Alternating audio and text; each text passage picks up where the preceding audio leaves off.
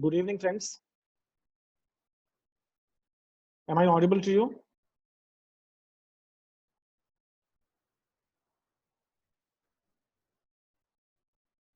Please type yes. Thank you. Good evening, friends. I am your host, Sudhir Chandi. I am a chartered accountant, an insolvency professional, and a registered valuer. I represent Resurgent Group, which is a fairly diversified group in the field of financial advisory. We are into M&A, fundraising, valuations, TV studies, credit monitoring, stressed asset resolution, insolvency, and the list goes on. Under the domain, Resurgent India Limited is a SEBI registered Category 1 merchant banker. Resurgent Resolution Professional LLP is an IPE. And Resurgent Valuers Private Limited is a entity formed for doing valuations. Among our clients, we have pretty large corporates, mid corporates, it's a mix of them, many MNCs, including various Fortune 500 companies. We have served PSUs, state level undertakings, government authorities, ministries. Friends, the purpose of today, just to give a back, just to understand the lockdown, we are in a lockdown situation, right? So this situation has resulted in multiple disruptions on the supply side. Such a downturn has never been experienced, never been expected, and is unprecedented. And the effect of this lockdown will be felt on businesses in the foreseeable future. Due to the rapid change in events, the contracting parties may invoke this crisis to renege their contractual obligations. This in turn would result in breaches of various contractual obligations by the contracting parties. All contracts where time is the essence would be adversely affected. Companies must now review their contracts to check whether these have force majeure and how these are worded to safeguard their interest and to take appropriate corrective measures. This webinar session, we would delve deep into various contractual issues which would arise due to this crisis, especially on the B2B transactions.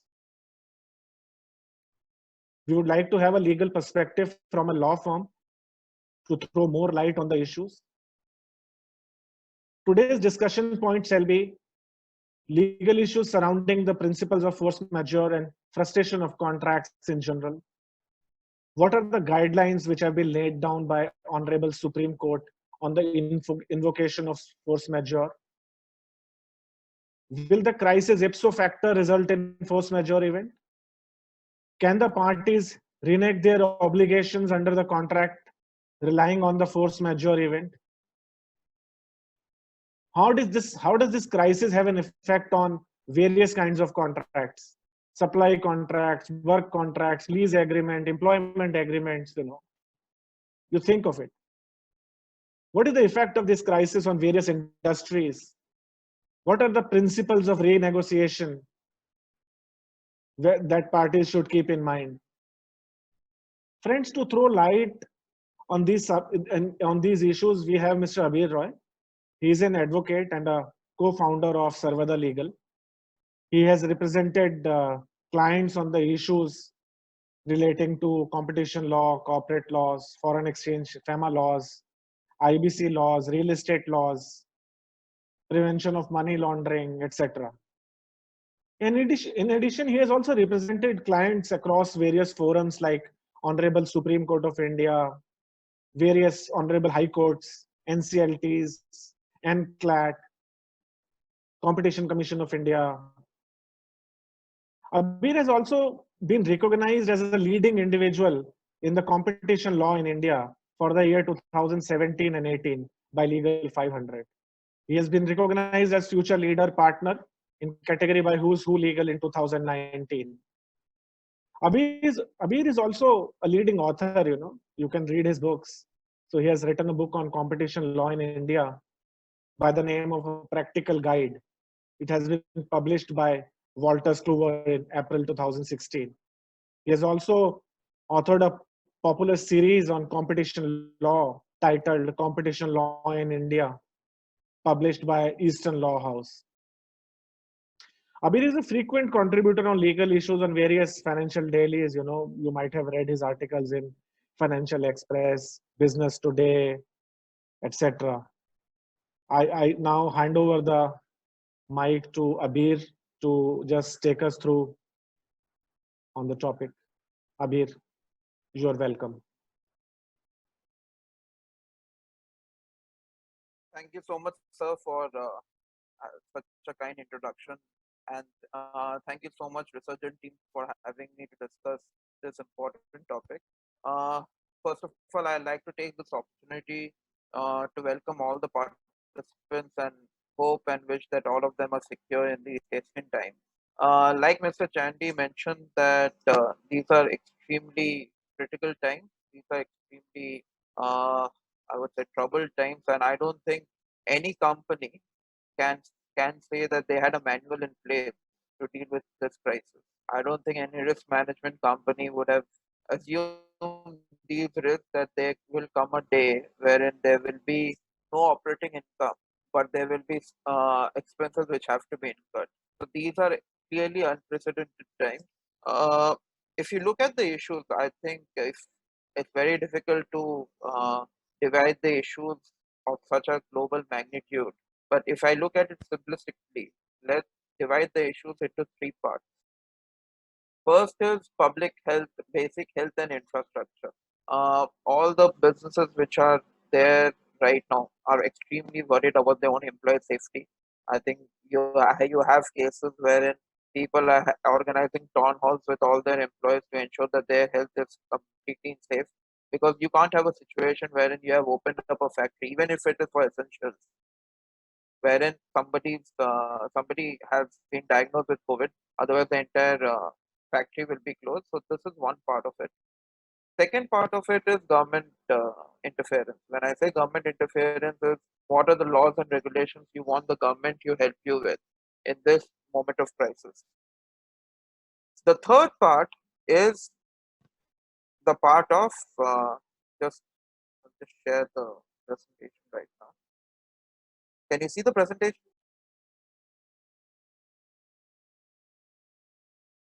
Yes, Abir, we can see. Yes. I'll just the third part is mostly important is what we are dealing with today, which is a part of business continuity. A lot of supply chain disruptions will be there. There will be cash flow issues, both short term liquidity. Abir, if you can just put the slides on full view mode, actually. So on the in the slide presentation mode, Yes, it will be more definitely. clear. Is this better? Yes, Abir, this is fantastic. Great.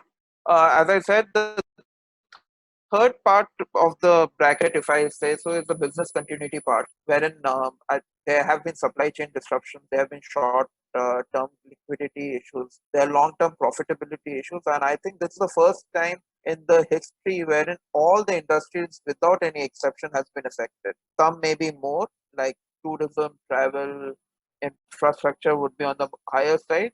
Banks and financial services may be on the lower side, but I don't think any industry can safely say that today we are not affected. Everybody is affected. The gravity and the severity may differ, but I think every industry is affected.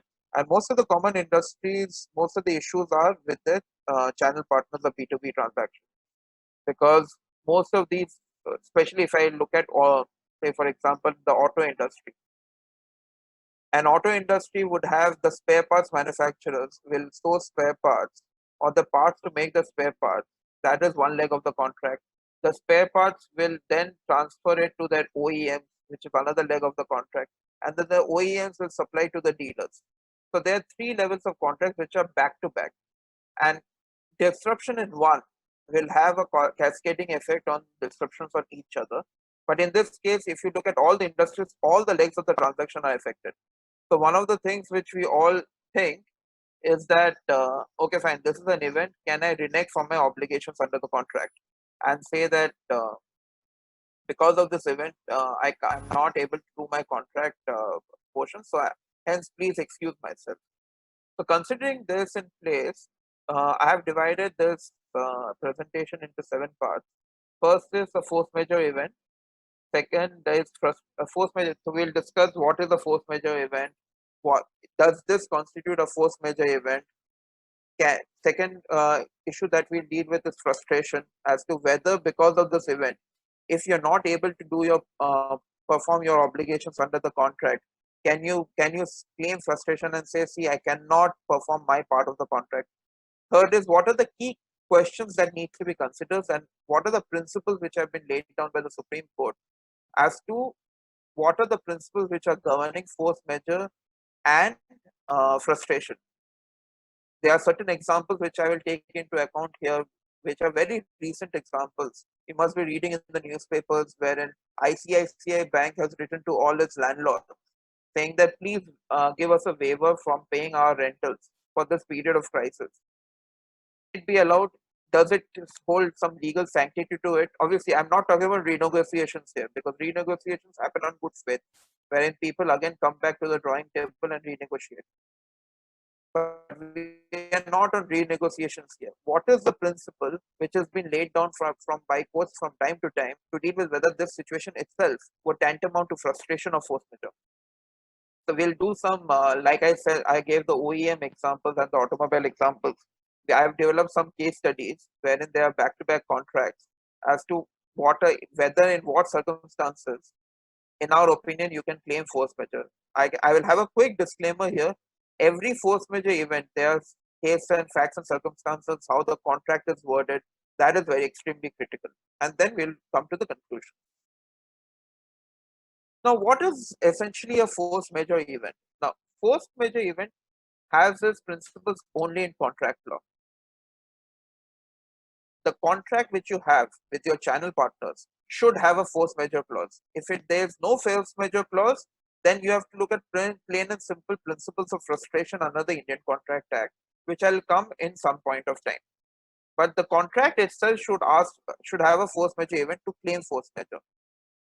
Generally, what happens in force majeure events is there are certain clauses. If that is there in the contract, it says that force majeure events include fire, earthquake, lockdown, etc., or any other activity which is beyond the control of the parties. So this will may be covered in the beyond the control of the parties. If it is not there, this clause that is beyond the control of the parties, then it becomes very, very specific. Then it becomes fire, strike, etc. If pandemic included there. So that's the first level of check that you have to do, whether your contract itself has a force majeure event or not. Now, assuming that the contract has a force majeure event, what are the consequences of having that force majeure event? As in, whether that event enables you or the contracting party to renege itself from its obligation or temporarily suspends itself from the obligation from the contract. Third thing is, what is the relation between the event, that is pandemic or COVID in this case, and your obligations under the contract? It's extremely essential that there has to be a correlation. When I say correlation, say for example, you are the buyer in an agreement, and the goods have already come to you before the lockdown, and your obligations under the contract is to pay for those parts. Does the pandemic make your obligations under the contract to pay null and void? The answer would be no, because you can pay as it is from your homes, NEFT, etc.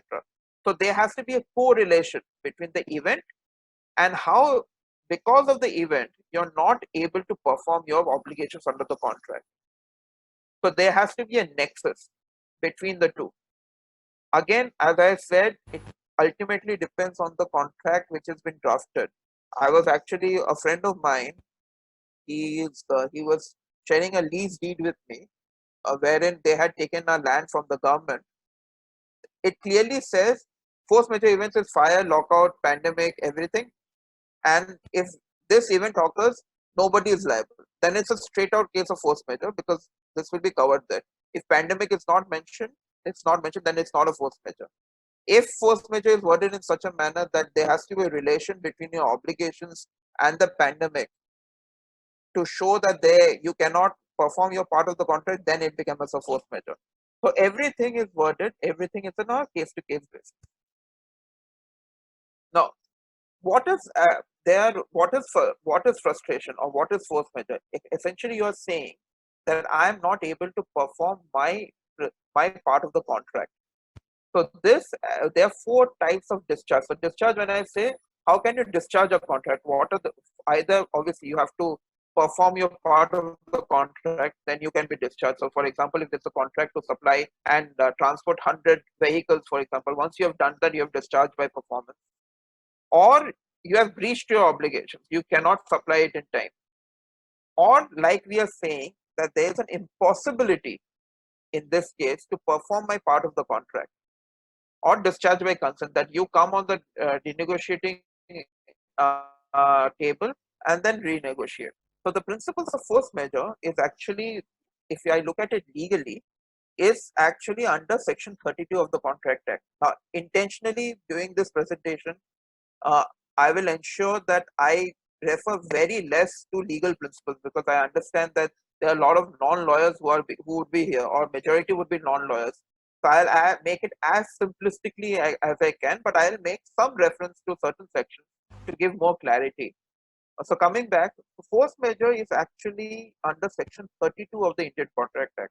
What is 32 is basically a contingent contract, wherein the law says that if this event happens, then what are the principles that the law says. So for example, if this event happens, then your obligations can be suspended or terminated, or anything which is there in the contract. So basically the parties had thought about the situation, or had made sure that there is a clause which says that it's broad enough to include anything which is beyond their control, and what are the consequences thereof. You may have to give notice to the other party.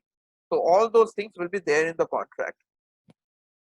If the contract doesn't have a force majeure clause, then you have to invoke section 56 of the Contract Act, wherein you will say that my job under the contract has become impossible to perform. The word is impossible to perform. So that is very key. So I'll come to that. The correlation between 32 and 56 is, if the force majeure clause says that it will be invoked and you can terminate if you cannot perform your obligation and there's impossibility, then the principles under 56 as laid down by Supreme Court and 32 as laid by Supreme Court will be applicable from time to time. Again, as I said, it all depends on facts and circumstances of each case. So what are the key questions? So one of the things which a lot of people whom I have been speaking to, who are non-lawyers, they make an honest mistake. I would say an honest mistake when they say that, see, the Ministry of Finance had come out with an office memorandum, if you may recall, on 19th of February, if I recollect the date right, wherein they said that this is a pandemic, this is a disaster, and it will be a force majeure event. That is only for government procurement. So that cannot be stretched to non-government procurement, normal B2B transaction where government is not involved. Secondly, it was just an advisory. What is the binding nature of these advisory? Can it overrule the principles of law dated by the Supreme Court? Is a point of consideration from time to time. So let's look at the key questions here, which I've illustrated when I was speaking, but let's jot it down that this is a principle, or this is maybe a checklist that every person can do when they're reviewing the contract. Does the contract have an express or an implied force majeure clause? If yes, then does government orders, pandemics, epidemics, diseases are included in force majeure events? If the answer is still yes, do any of these events prevent you from performing your obligations under the contract? If the answer is yes, can the effect of this impact be mitigated? So for example,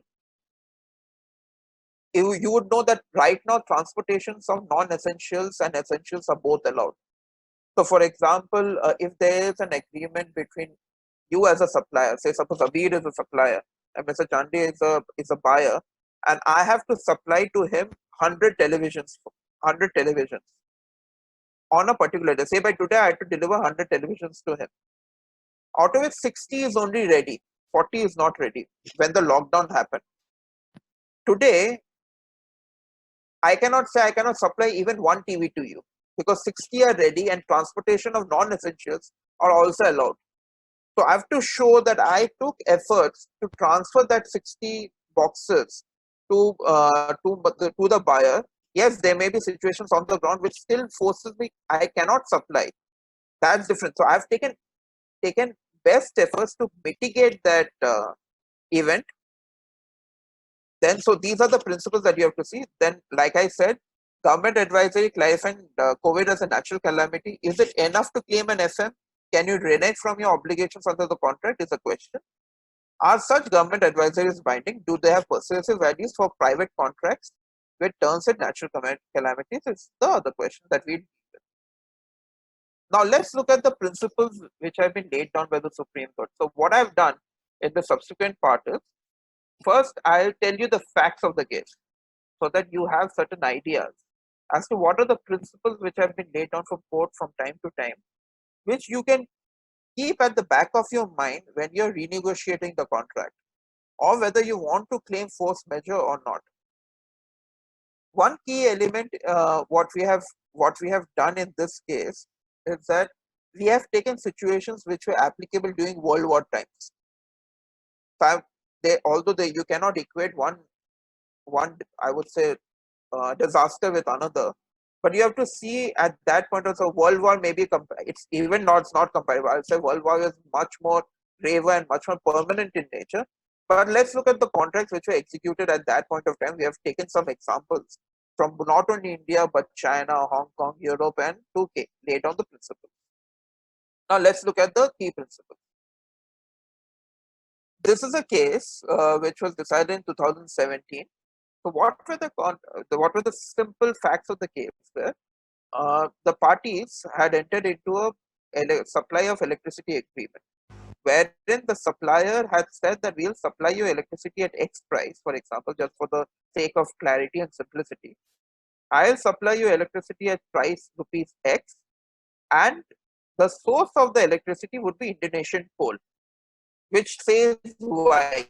So I would have made, say, a margin of 10 to 15%, as the parties would have, as the supplier would have thought at that point of time.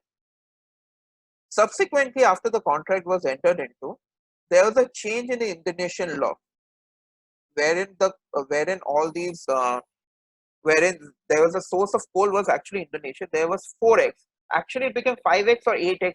I don't remember, but there was an exponential rise. So what the supplier at that point of time said, they invoked this concept called commercial impossibility. They said that, see, I cannot perform my part of the contract for supply of electricity. The power producers claim FM due to increase in price. They claimed commercial impossibility. But the buyer said nothing doing. Your obligation was to supply of the electricity. It doesn't matter where you source the coal from. That is not my point. You have to supply the electricity. The matter, obviously, there were arbitrations. It went all the way to the Supreme Court. Supreme Court said that the contract is still there. The base contract is of supply of electricity. The nature of the contract doesn't change. It only becomes onerous for you. And if the contract becomes onerous for you, it doesn't mean that you can discharge yourself from your obligations under the contract. I'll just read it out. Even though contract may become more onerous, if it is not fundamentally altered or is otherwise not possible, a mere rise in price would not allow one of the parties to say that the contract was discharged by impossibility of performance. So today, for example, why I'm giving this example is, for example, on 23rd March, the lockdown happened. You had a long-term contract wherein you had to supply and install certain machinery at your buyer's place, say by September. You had maybe entered into a contract in January till September. You had, say, given rupees X, thinking you will make a 10% profit or 5%, whatever the case may be. Now, because of this contract, because of this situation, if the lockdown were to cease to exist on May 3rd, then you can still perform your obligation on the contract, but you will need more manpower, no more man on site, better machinery to complete it on time. Can you say that it's become impossible? The answer is no. So can you renege from your obligations under the contract? The answer would be no. Because although you would incur more price, more laborers to perform that same obligation, where time is of essence, where you have to supply till September, because of the rise in price, you cannot say that it's become commercially impossible for me to perform my part of the contract. So keep this in mind. Now let's look at the other case, which is so there are 3-4 cases, obviously. So essentially the idea of frustration and force majeure is actually a codified law from the common law principles, which is spanning around 200 to 300 years. There's 70 years of decisional practice by the Supreme Court, but we have picked certain key principles or key cases which we believe would be very relevant at this point of time, wherein we are equating the situation which could happen after this entire situation is over. The second case was again during a wartime. This is in the 50s. If you may recall, what used to happen, or you may have read, if I was no one was there, the government could requisition some part of your land. So if it is your land, the government can take the land for some time and they would give it back. It was requisition at point of time. So what had happened was there was an agreement between the landlord and the developer, wherein they said that you have to develop this piece of land. The developer, when the developer got the contract, in the meanwhile, that land, the government order, by way of a government order, they requisitioned their land for the military. It was a long-term contract which was there. But after a point of time, after it was only for a temporary period, they gave it back to the landlord. In that contract, there was no time which was given. So the developer had to develop that piece of land. Come what may, there was no time limit which was given.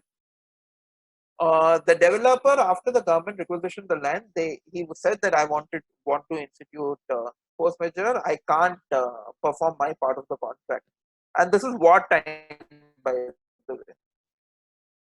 The court said nothing doing. The commercial objective that the parties had in view still is intact. The government took the land but gave it back. There is no time limit here. So you have to perform your part of the contract because it is not, but it was not impossible. Now look at the standards that the court has gone into. A World War time, the courts have said is not permanent in nature. Whereas our crisis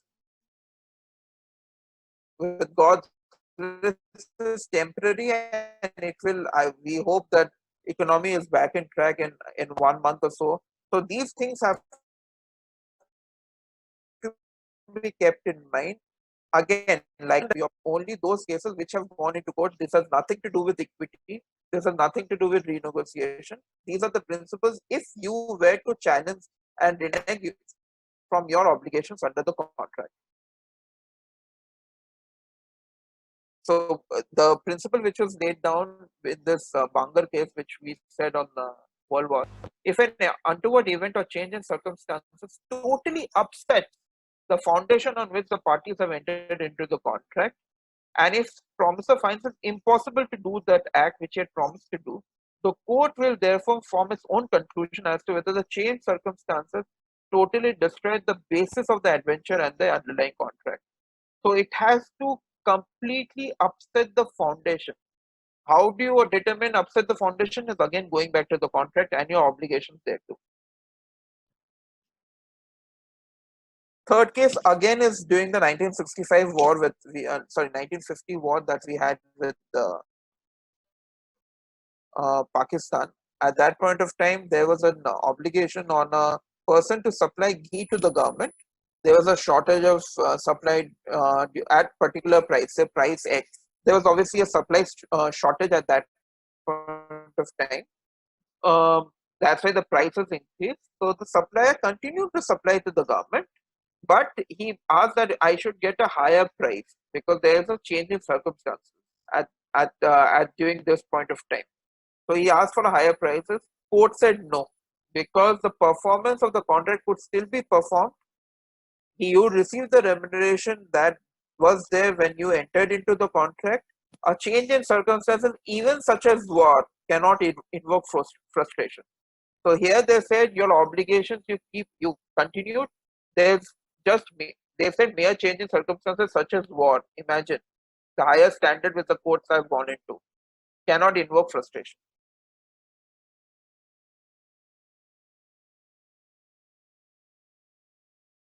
Now, these are the Indian cases that we discussed. I've just skipped just one second. These are the principles which were laid down, so I'm not reading into that. Now, let's look at certain examples from abroad. So this is I've kept in mind because a lot of cash flow issues are there. A lot of people are asking for uh, basically rentals waivers, etc. So let's look at certain cases. In this case, again, the parties had signed an agreement, lease agreement for 25 years. Because of the Brexit, they, the lessee who was there said that I want to relocate. And hence they said there is a frustration by discharge. I cannot perform my part of the contract to leave. I have to leave the premises because of Brexit. And that's why they claim Brexit as frustration. The courts did not say that it's frustration. They said because the contract itself was very clear that only in certain limited point of time can you claim frustration or force majeure. This was not one of them. You could have easily contemplated that. There's no frustration in this case. This is another case wherein again SARS broke out. If you recall, some time back, the parties had entered into a lease agreement for 2 years. Because of the SARS outbreak, the person could not habitate the place. So he was supposed to come into that particular building at a particular date, but before that SARS broke out in his locality, he could not occupy the place or vacated the flat because of these issues. He wanted to terminate the lease and took the defense of frustration due to SARS. The courts again said there's no frustration of lease agreement. Imagine and there's a very popular book by Chitty on Contracts. This is a very extremely popular book which has said that there has been no case till date wherein there has been a frustration of a lease agreement. So when ICICI writes, like I said, when ICICI writes to its landlords asking for waiver of their rentals, the landlords may agree, may not agree. If they agree, obviously you come back and sit in the drawing table and renegotiate. So that is good faith negotiation. But if a landlord were to strictly see as legal principles, then your obligations to pay rent, even if you have not habitated the place, continues. So this has to be kept in mind. This is a slide wherein this is extremely important. I can't stress the importance how much it is for, especially for industries which are in transport and logistics or rely on transport and logistics, which is essentially everybody. So in this case, this was again during the Second World War time. This is a case which emerged out of the Second World War time. We have just taken help of a Google map to illustrate our point. What happened was there was a contract wherein there was Hamburg. So it had to cross via Swiss Canal. If you see, I'm just putting the cursor here. This was a normal route. This green one is a normal route which was there. Because of the World War, this entire belt could not be used because it was ravaged. You could not because it was blocked. So the supplier said, the logistics guy said that I cannot supply because it is completely blocked. The courts said, this is the House of Lords judgment in electricity. They've endorsed this judgment. What they have said is that, okay, fine, you could not have used Suez Canal. You could have transported via Cape of Good Hope. This is exactly what is written in the judgment. So what they are saying is, instead of taking this green route, you could have taken this orange route. So out of curiosity, me and my team, we were looking at the Google Maps as to how far it is. This is around 10,000 kilometers. They could not have asked for extra freight or extra, unless obviously the buyer agreed to that point of view. But look at this. They are saying it's, again, the word uses impossible, not onerous, not inconvenience. So just to put it in a very crude manner, it's like you entering into a contract for supply of goods from Gurgaon to Noida via, and the ports have said, now you say because of the any circumstance you cannot transport, you say, okay, fine, go via Kanyakumari. It is as crude as that, but that is the law. So you have to keep these principles in mind when you wish to say I cannot perform my parts of the contract. The standard itself is extremely high. You actually have to show causation between the event and why you could not perform the obligations under the contract. So, for example, if you had to complete, just to give an hypothetical example, in a works contract, for example, you have to depute certain people on the factory of the buyer for 10 days. So, if the contract were to say that on the day is 23rd, April 23rd, you had to install a machinery, and for 10 days you had to be there. Now, if the lockdown is here, you say I cannot perform my part of the contract because of this till 23rd, then it's understandable because there is an event, it's impossible. But if there is any other way, however onerous, then you may not be able to claim force majeure or frustration. Obviously, again, like I said, it depends from contract to contract. So your wordings in the contract has to be read. So there's this popular theme going around among us lawyers is, after this crisis is over, one thing that we'll definitely do more detail is the force majeure clause, because earlier whenever you do transactions, force majeure used to be a boilerplate kind of a thing that it's there, okay, fine. But suddenly this crisis has made sure that all of us lawyers look at the force majeure clause and then think of ways that if this circumstances were to happen all over again, then the customer or the buyer or the contracting parties are not in a bad situation. So again, this is a case wherein force majeure was allowed. During the First World War, there was a contract for delivery of wood pulp. For British ships were not available, but foreign ships were at increased rates. But the ships, so they got the foreign ship, but those ships were arrested. FM clause mentioned war, so hence FM clause was allowed. So it has to be literally impossibility. So what is the principle, if I can, we were thinking what is the principle that we can say as to force majeure. So this is a this is a quote that we have taken from one of the decisions. Frustration of contracts takes place when there is a supervening impossibility. The default of the party, and the parties could reasonably have contemplated at the time of the execution that it would be unjust to hold them to literal sense of the stipulation in the new circumstances.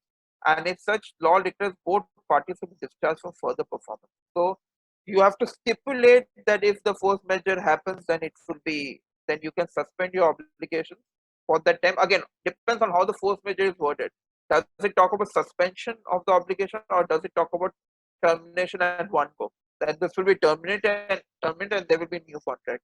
It can be suspension also. So it depends on contract to contract, case to case, facts to facts. But the idea of laying down these principles is you have to keep this in mind when you're invoking force majeure and frustration, and not to rely only on the office memorandum of the Government of Finance. Now let's look at certain case situations that we have made out for the ease of understanding. Suppose it's a chocolate supply chain. Suppose there's a cocoa processor. If you may see, there's a cocoa processor for which you need cocoa to be exported from outside. Thereafter, cocoa processor supplies the cocoa to the chocolate manufacturer. In the meanwhile, chemicals, additives, and preservatives are also there who are supplying their products to the chocolate manufacturer. The packaging material also gives their materials to the chocolate manufacturer. Chocolate manufacturers manufacture the chocolate, gives to the distributor. The distributor in turn gives it to retailer, and that's how customers get it. We have postulated three force majeure events here, which the parties have invoked. First, force majeure event has been invoked by cocoa processor in the agreement with cocoa processor and chocolate factory is that there is no export which is happening as an import into the country. There's nothing happening, so I cannot perform my part of the contract because I can't process cocoa because there's no cocoa seeds, for example. That is FM1 because of the restrictions because of COVID. The other FM which have been used by chemicals and additives and preservatives company and packaging material is that because of this COVID situation, there is no factory, there is no laborers, there is no logistic support, so I cannot supply to the chocolate manufacturer.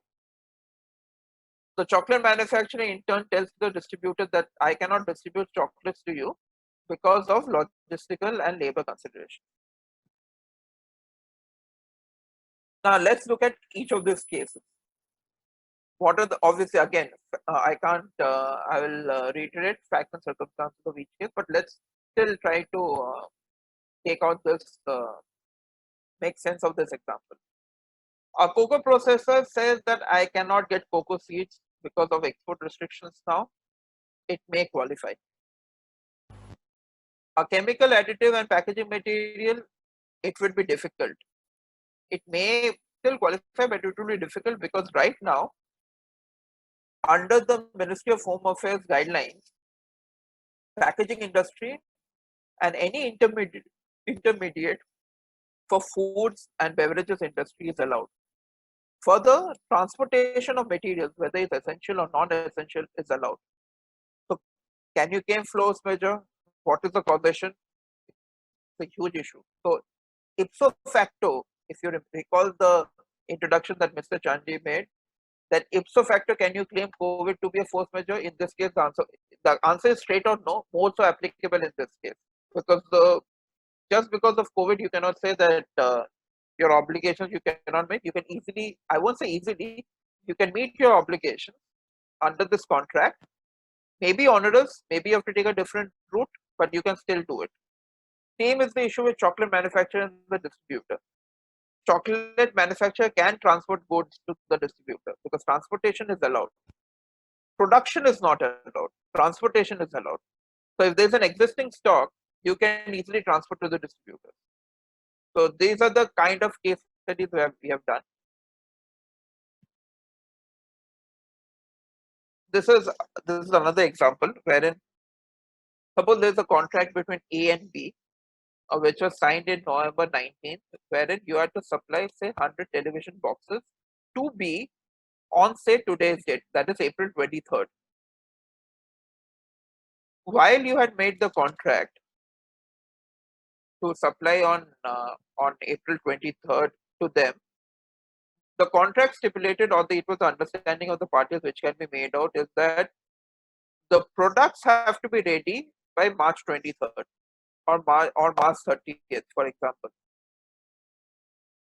And the delivery will only happen during the last point of time, the last 15 days. A was behind this delivery schedule from day one. They only could make 60 televisions by March 23rd when the lockdown happened. But however, having said that, A was very confident because of its past that they would be able to make the 40 rest television sets and supply to party B on time, which was then the contract. So even if we are behind delivery schedule, party B, who was entitled to 100 television sets as per the contract, would get those television sets on time by April 23rd. But because of this event, A had only 60 television sets ready and the rest were not assembled. A, which is the supplier, invokes FM because factory is closed, no labor, not able to arrange transport. What will be the effect thereof? So these are the kind of questions which are there. Simple question would be, it can say that A can easily deliver 60 television sets at least, because those are ready and transportation should be allowed. They can be even be breached by A. B can say you could have performed your part of the contract. Under the contract, you had to have your television sets ready. You were delayed in your performance of the contract, and it has nothing to do with COVID. So can you take leverage out of COVID to say that, okay, fine, there's been a frustration or there has been a delay on my part because of COVID? The answer is extremely tough to give, but these are the kind of issues which will come up on disputes from time to time. We believe that this crisis will lead to a lot of contractual disputes, and there is no binary approach that can be there, yes or no. It's all depending on what are the facts, what is the evidence. But these are the kind of case studies that we have done to just throw some light as to what are the kind of issues that may come up with. As I said, I've tried to distance myself from complete legal analysis because that will not be relevant in my opinion to the audience. But these are the kind of case studies that I have done here. Now let's look at the automobile market. This is a market that we have done some work with. So we know that there are a lot of back-to-back arrangements which happen. So a supplier will supply to a spare parts manufacturer. A spare parts manufacturer will assemble, will make the spare parts, give to OEMs. OEMs will in turn supply to the customer. So there is a steel supplier, there's aluminum supplier, there are rubber suppliers. These are all allowed right now because these are continuous service industries. To A, who is a spare parts manufacturer, they all use it to make all those spare parts like engine, transmission, drive shaft, brake, various belts, hoses. They assemble and they give it to OEM. Now let's postulate 3-4 situations here which can come in. Let's take from the right to the left. OEMs can say, can OEMs claim FM? Because they will say because of this crisis, as it is, the auto industry, the demand is so low, it's so sluggish. Because of this, I had initially thought that I need those parts to manufacture 100 cars because my demand is 100 cars. But right now my demand has gone down to 50, so I don't need those parts anymore. So I want to invoke FM in those agreements with my supplier saying that I don't need those parts. Now coming to the left hand side, can a steel supplier say that I'm not able to supply my parts to the spare parts manufacturer because of labor issues, because of transportation issues, etc. Third leg is, can the steel part supplier say that I can't supply to OEMs again because of the same crisis? So these are the questions which will keep on happening. So OEMs has agreement with ABC in the previous example that I mentioned. Sorry, ABC. OEMs has agreement with ABC. ABC have in turn agreements with raw materials and intermediate suppliers. It's a situation of back-to-back arrangement. Can ABC invoke force majeure clauses with their OEMs if they are unable to source the others? Can ABC invoke force majeure since the government has banned operation of factories during lockdown? Would your answer change if ABC had existing stock? If you remember, transportation is allowed. Can ABC, if ABC were not to able to transport because of unavailability of labor? So there are a lot of issues which are involved, which will be there. Like I said, I think I've repeated it from time to time. There's no binary approach to this, but these are the questions which one has to keep in mind. But it's not as simple as claiming FM.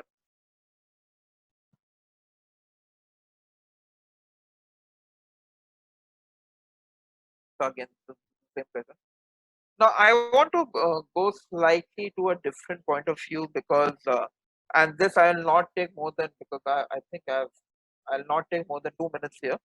This is something that we had prepared because this Mr. Chandy also said we do a lot of work in insolvency also. See, in an insolvency, if a company goes into a CIRP process, valuation is a huge issue, and valuation will, you do the valuation when the company is under a going concern. They have contracts, you negotiate, you arrange customers, so that income keeps on happening to the company which is under the CIP process, so that you get a better valuation at the end of the day. But because of this entire issue, because even the companies which are under CIP have to be closed. Although the IBB has come up with a circular that this period will not be a part of the lockdown, how much will it help?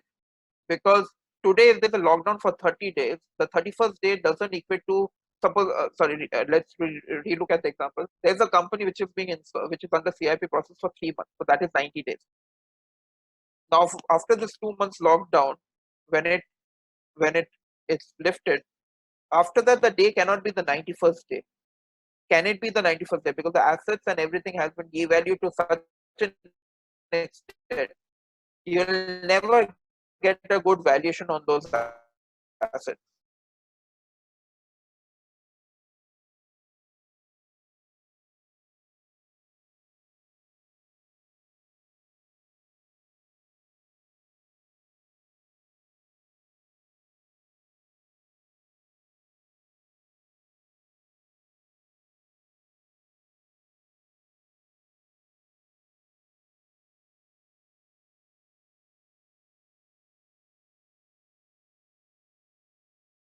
In handing over the possession of residential or commercial projects. So what will be the status of that? Whether the buyer can claim some damages for that, or it will be covered under force majeure. Again, so it depends on what is the provision in the contract. If the provision of the contract doesn't have a force majeure, and the time is time. See, I think if you cannot supply within a particular time frame, which is there under the contract, and you have made all the efforts, if you approach RERA or any other tribunal, they will also be cognizant of the fact this. I think customers will also not take you to court because of this, because they will also agree. So there will be renegotiation to that effect. But technically, you have to show that it was actually impossible on your part. So, for example, again, coming back to the box example, television example, if you have to give your customer possession of the flat by April 30th, technically everything should have been done by March 30th and only the electricals and all would have left. Now, if it is a half shell construction still, then you may not be able to claim force majeure because there was already a delay on your side. Okay. Keeping in mind the Danish is asking, keeping in mind the MHA order, how the definition of workman will play its role in the present scenario?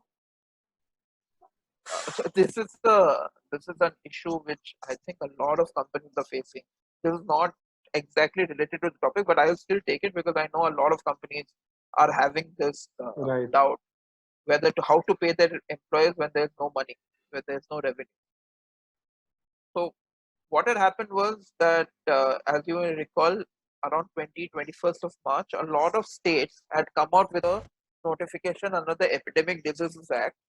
Some were mandatory, some were advisory. So mandatory were Uttar Pradesh, mandatory were, I forgot, there's a list, Delhi and all were mandatory, whereas Rajasthan, Maharashtra and Gujarat were non-mandatory. Those were advisory. They said that you have to pay your employees. After that, the 29th March circular by the Ministry of Home Affairs, considering in mind the migrant labor issue, you remember there was a huge migrant labor issue, they said that you have to pay all the workers in time. Now, considering the workers definition with the recitals, you would say that not for white collar, because workers is not defined, so you can take reference from the Factories Act or the Industrial Disputes Act. That's the view that we have been taking. After the 29th March one, a lot of states now have come up with a notification under the Disaster Management Act, which has increased, some have increased the ambit to employees also, not only restricted to workmen, not restricted to workmen. So like UP and all that, they have also included employee. And this is issued under the Disaster Management Act. It overrides other laws like Industrial Disputes Act, etc. So it depends on where your location of your factory is, how much. So then you take a call. A lot of companies have taken a view, like including law firms like us, that the Ministry of Home Affairs notification is not applicable to employee. It's only applicable to a worker. But then you have to look at the state notification also. There are some states which have included employees also, like UP, for example. It has included employees also. So in UP, you cannot take this defense. We'll just take the last question now. So it's a long question. I'll just read it. So the general instructions are that limitation will stand extended for the period of existence of these circumstances. I think she's talking about period of limitation, law of limitations. But there are many industries which will not be able to start their business the moment this event ceases to be in existence. As generally in the manufacturing industry, machinery will not be able to put in use.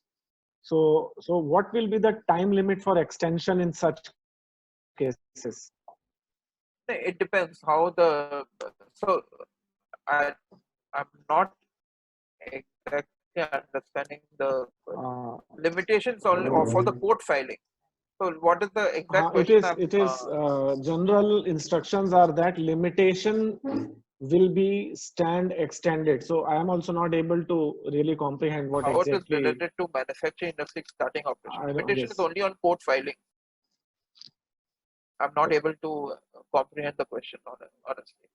Right, and can, you know, like, for that, for filings, I think there is a specific provision yes, which has been given 3 months or whatever, you know. yes. So it will be as per that, not when people are able to start their manufacturing. So is this period also excluded from law, that period of limitations? Yeah, so the Supreme Court, so when the lockdown happened, the Supreme Court took it upon suo moto. They said that this period, since 23rd of March, because there will be a lot of court filings, the period stands extended till further order. So let the Supreme Court come out, but right now, yes, the period of limitation has extended. Yes. Yes. Thank you so much, Abir. Thanks for sparing your time. Knowledgeable today. We look forward to interact with you more Thank you often. so much. So we'll be uploading this presentation on YouTube. So we'll be sharing the link and we'll be sharing the presentation with all the participants. And I want to thank my digital marketing team also, especially Amit, you know, who has made these arrangements, and Joginder and Dev.